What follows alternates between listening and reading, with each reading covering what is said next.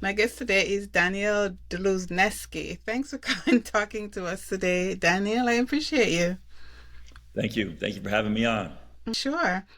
So before we get into what you do, could you tell us who is Daniel? Let's see. Well, we could go back. I worked for the Secret Service for 24 years in Washington, D.C. I was fortunate enough to stay in the city for that entire time.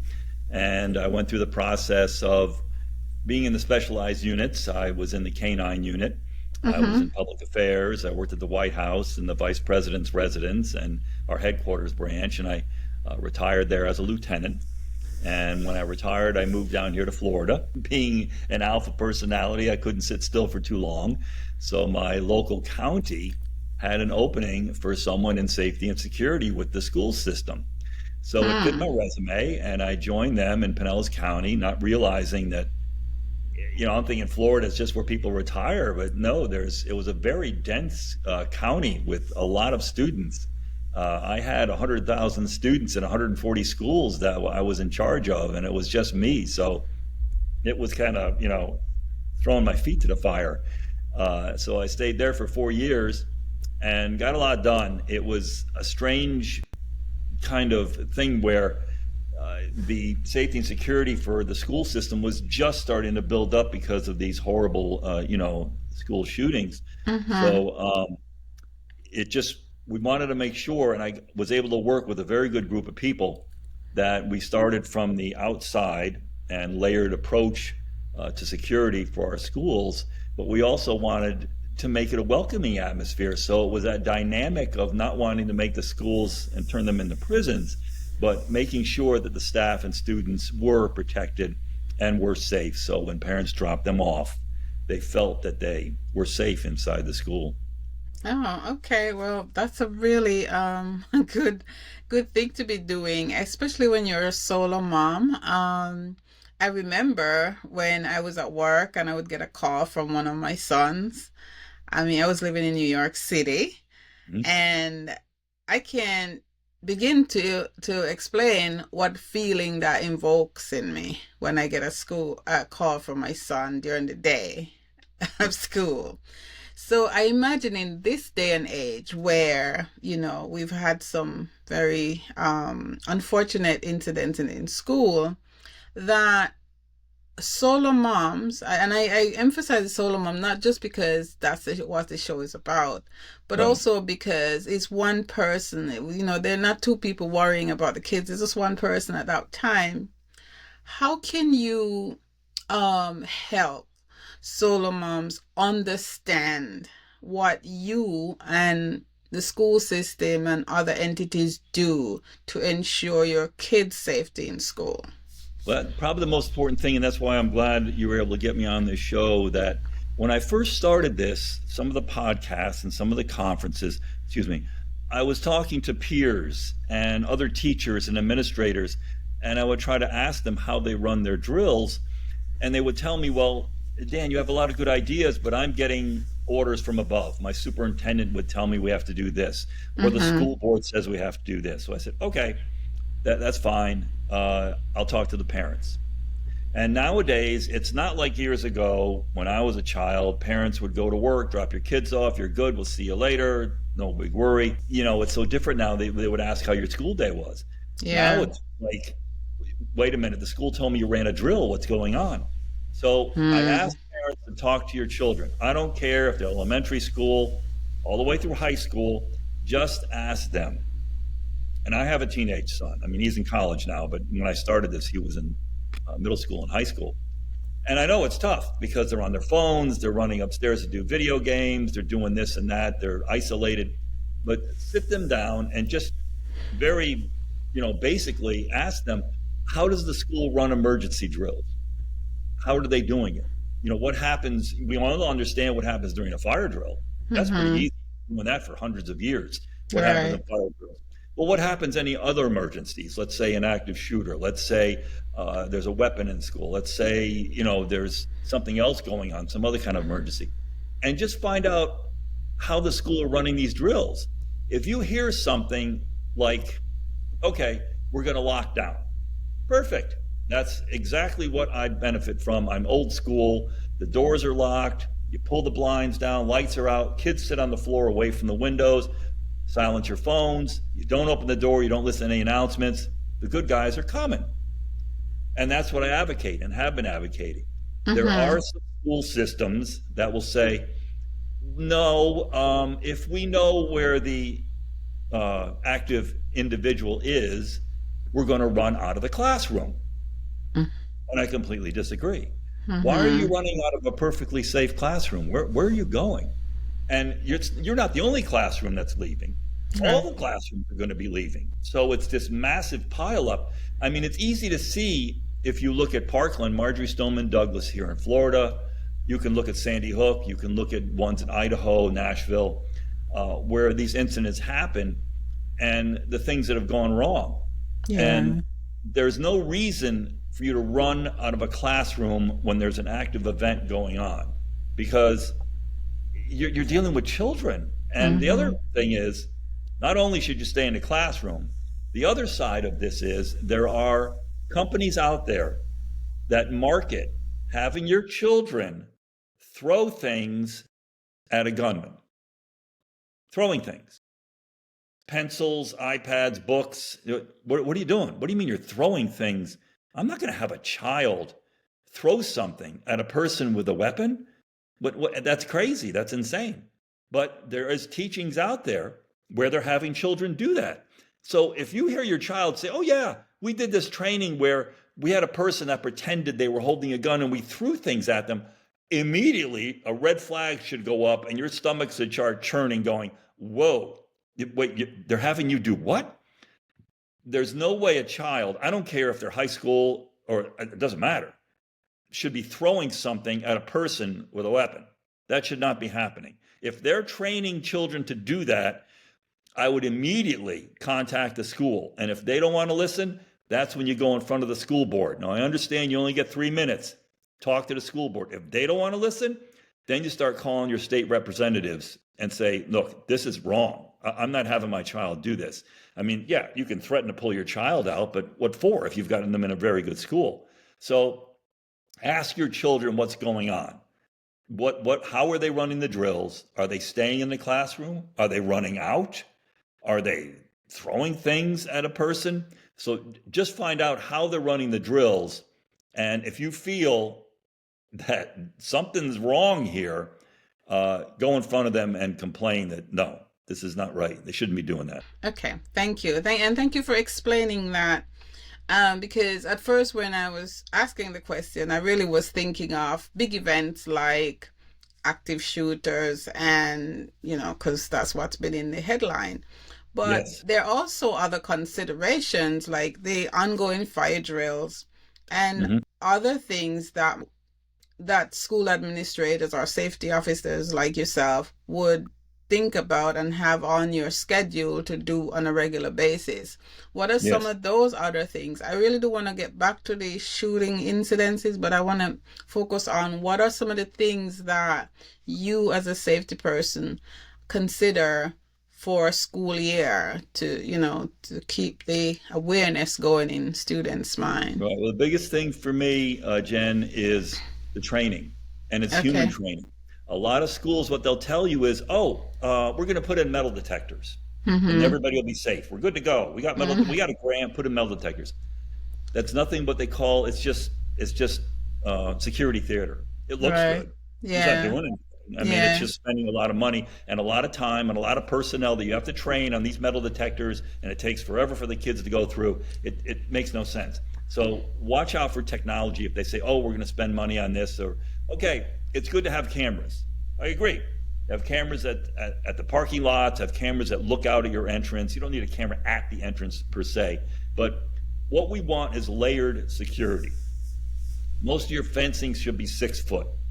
Once they get past that, they go to a lobby area. And during the school day, there should be only one entrance into the school. That's it. During the school day, just one entrance. I Mm-hmm. understand arrival and dismissal is a lot different. You're going to have these different entrances. That's something different. But during the school day, one entrance. When they come in, they come into a lobby area where they need to be checked in. If that visitor is checked in and fine, they're either buzzed in, keyed in, or swiped in to get into the school. Fine.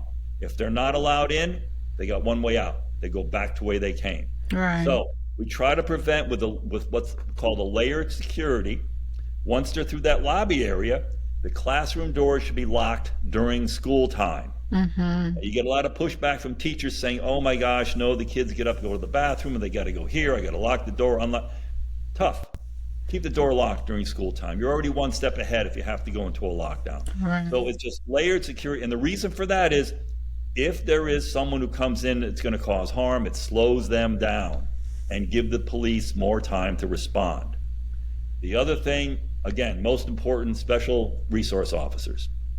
Down here in Florida, we were fortunate enough the legislature passed enough money so every school has a school resource officer, an armed school resource officer in every school.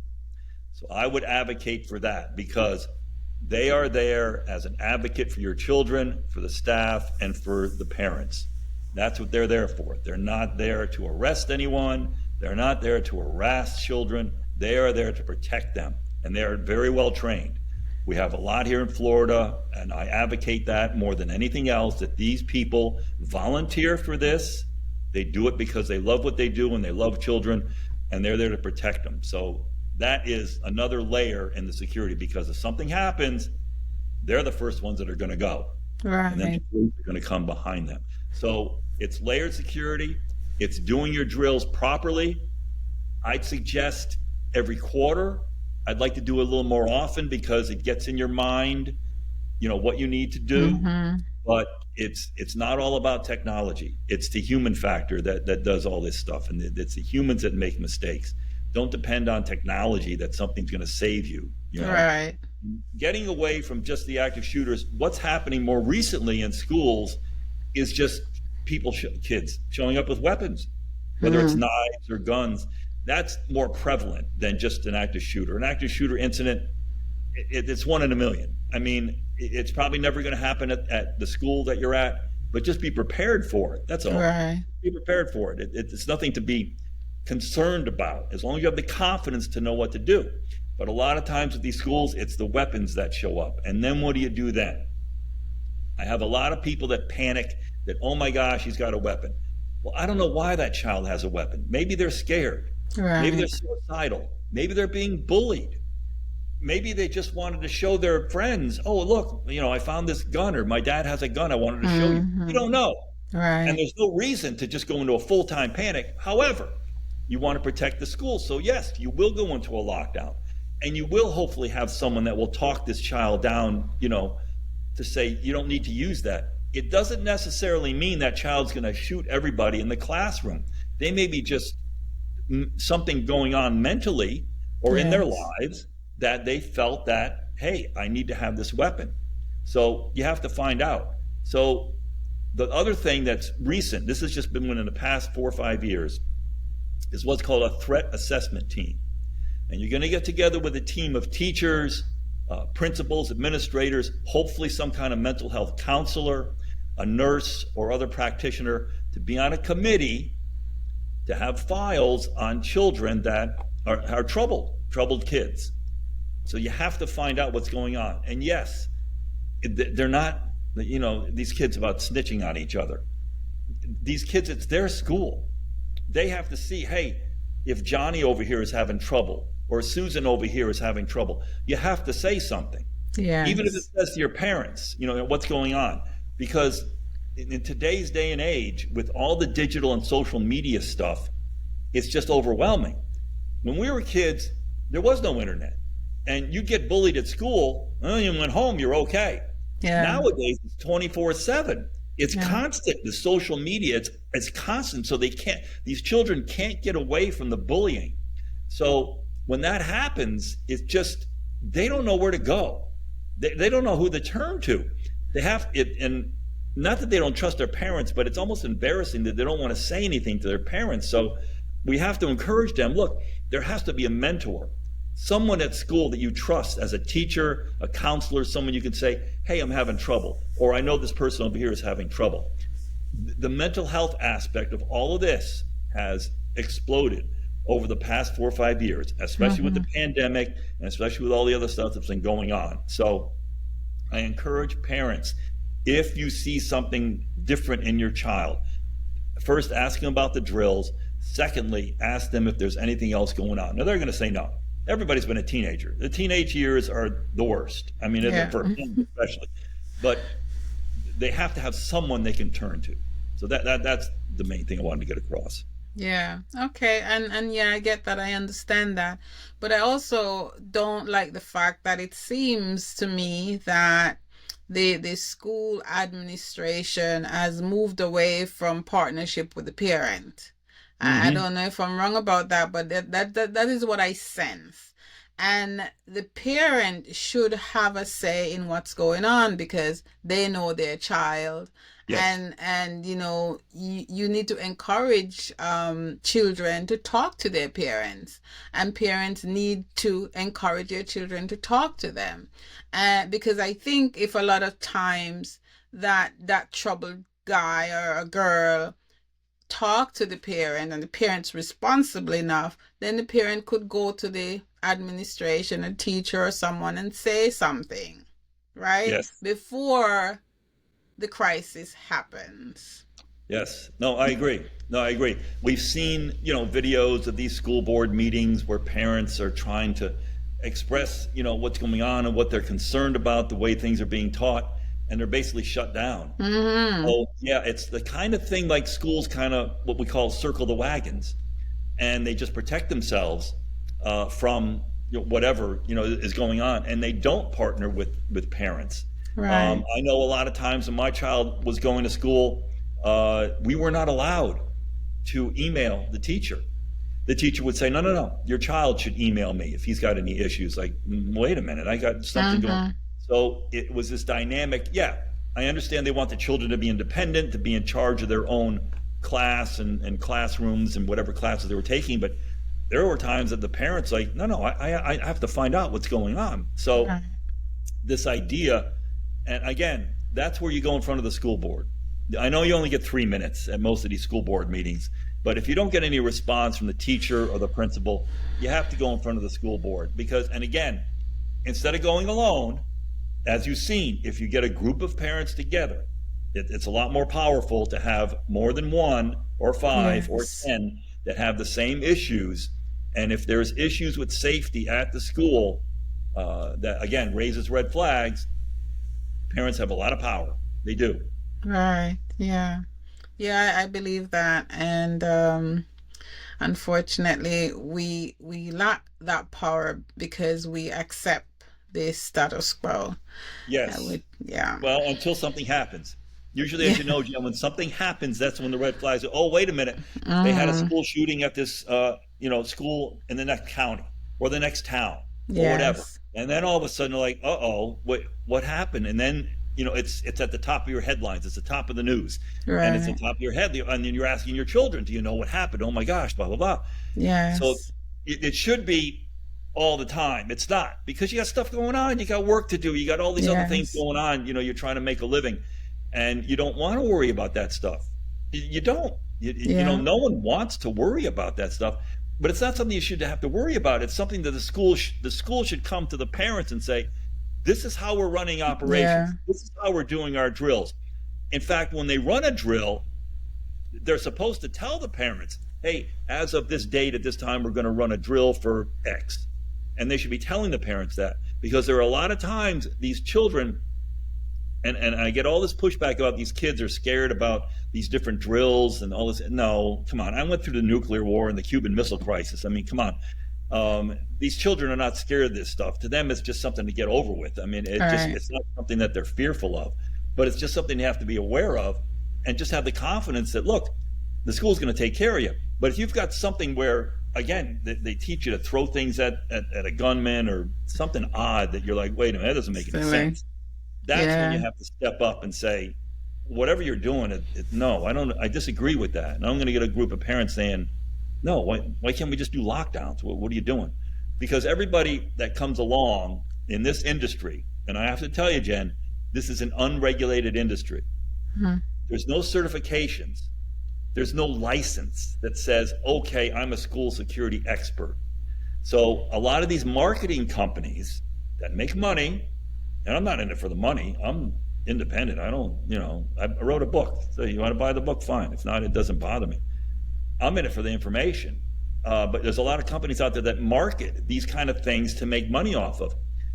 And the reason is, if you go into a lockdown, that's a passive response. You're just sitting down over here, you're waiting for the police to arrive. A lot of these companies, and it's a company called ALICE, and it's an acronym. A lot of these companies have acronyms. And they advocate a more reactive response, meaning the teachers are going to do something. The teachers are going to try to talk the individual down. The teachers, along with the students, are going to confront the individual. And they like that. They like the idea that they can be reactive rather than just passive, like they're doing something.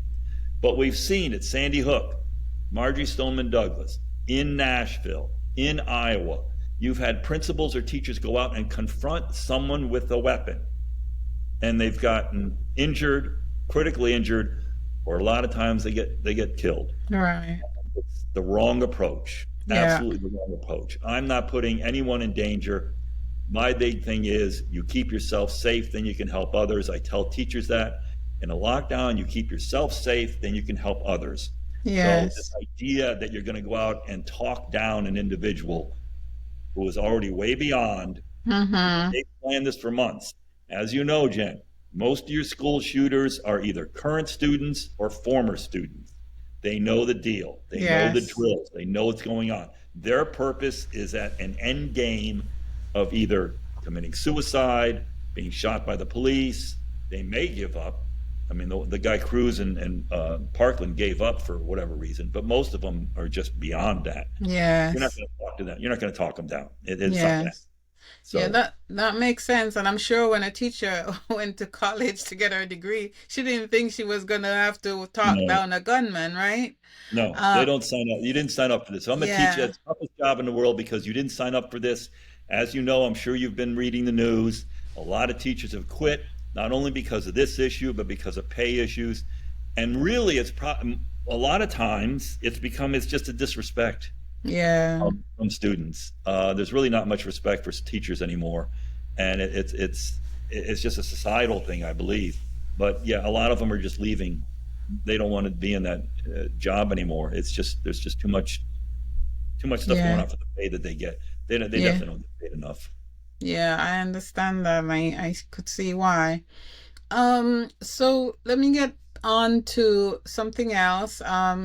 Same issue, but I know you work in schools and with schools. Do you work with parent in this regard? No, it's kind of hard because in this type of industry, it's mostly peers that I deal with, other people Okay. that are dealing with this industry. It's kind of hard to get parents into something like that, to talk to them, because again, they got busy lives. They don't want Yeah. to deal with this. They don't want to deal with this until you hear something that happens. Then it kind of raises your hackles because most parents, like I said, I trust the school. They deal with it. I drop my kid off. I trust that they're going to do the right thing, and that's it. But then when something happens, then it's like, well, wait a minute. How are you running the drills? You're doing what? So it's just something I wanted parents to be aware Mm-hmm. of how drills are being run, and just question it. Just question Right. why they're doing certain things that you disagree with. I mean, I went to this conference in Orlando about a month ago, and I had people from all over the country. And there were people from North Carolina and Illinois and wherever. And I asked them, I said, how are you running your drills? And they'll say, oh, we're following the Alice method. And I tried to not argue with them, but ask why. And it's just something that they thought fit. It just works for them. And I try to ask them, so you're having kids throw things? You're teaching kids to throw things in a gunman? Oh no, we don't do it that way. We try to, and it's just kind of get away from that kind of aspect, but it's still the same kind of thing. And their whole thing is that just locking down and staying in the classroom. And what I get pushback on, playing the devil's advocate, is that, no, they're sitting ducks. Well, they're not sitting ducks. Mm.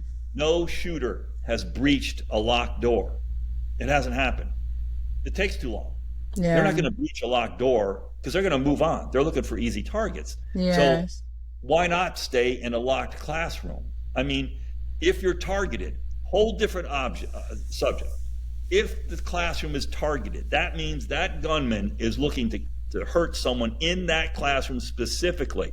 Yes. Fine. You got file cabinets, you got teachers' desks, you can block that door. They're not getting in. But Yeah. that's a whole different subject.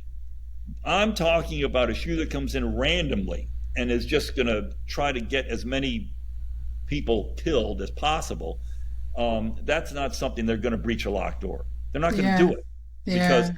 I'll tell you, years ago, I think it was 2005, there was a shooting in Minnesota at a Native American reservation.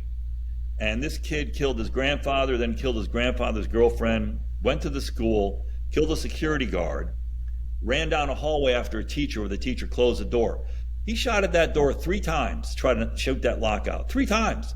Still couldn't get the door open. Finally went around and broke a window and got in that way. But no, they're not going to shoot out a locked door. It just takes too long in Yeah. their they're not going to do it. They're looking for easy access. So this idea that they're sitting on the floor in a locked classroom, that they're sitting ducks, I don't go with that. It doesn't make any sense. They're not. Yeah. They're safe. Right.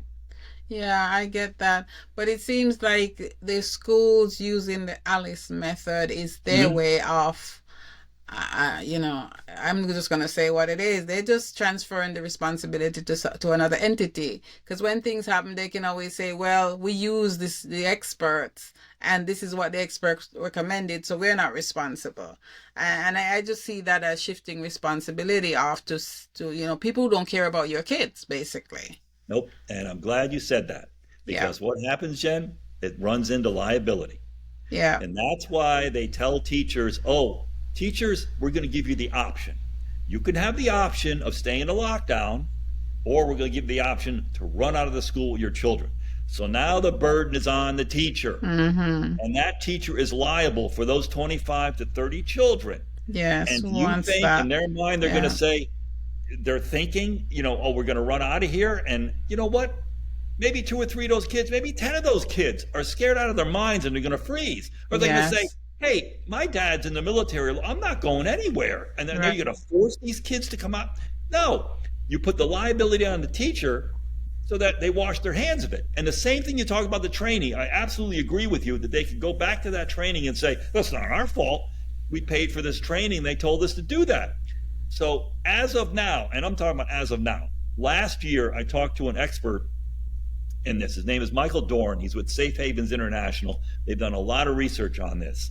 At this point, it's up to $130 million that schools have been sued for that type of training, for this type of Alice training, or what's called run, hide, fight type of training. Yeah. And it's wrong. It's unsound, it's dangerous, and it should not be used. Lockdowns still work. They've been working for years. They will continue to work.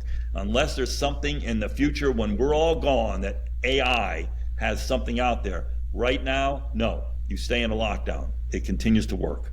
Makes sense. But lockdown doesn't make money, does it? No, no, Yeah. of All course not. right. Okay. All right. Well, I appreciate you coming and talking to us, Danielle, about this. Is an interesting topic, and I think that moms especially will be interested in hearing more about this. And is there a resource you have that moms could grab a copy of and to Yeah. help them? My book is called The First 5 Minutes. And if you Google Okay. it on Amazon, you put Amazon, it'll come up. And it's about Okay. school shooting survival. And it's just a guidebook. It's only 77 pages long. Take an hour and a Okay. half to read. It's very short and concise.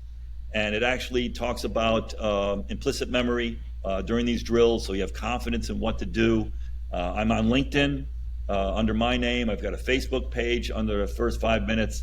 If anybody has any questions, they can easily email me.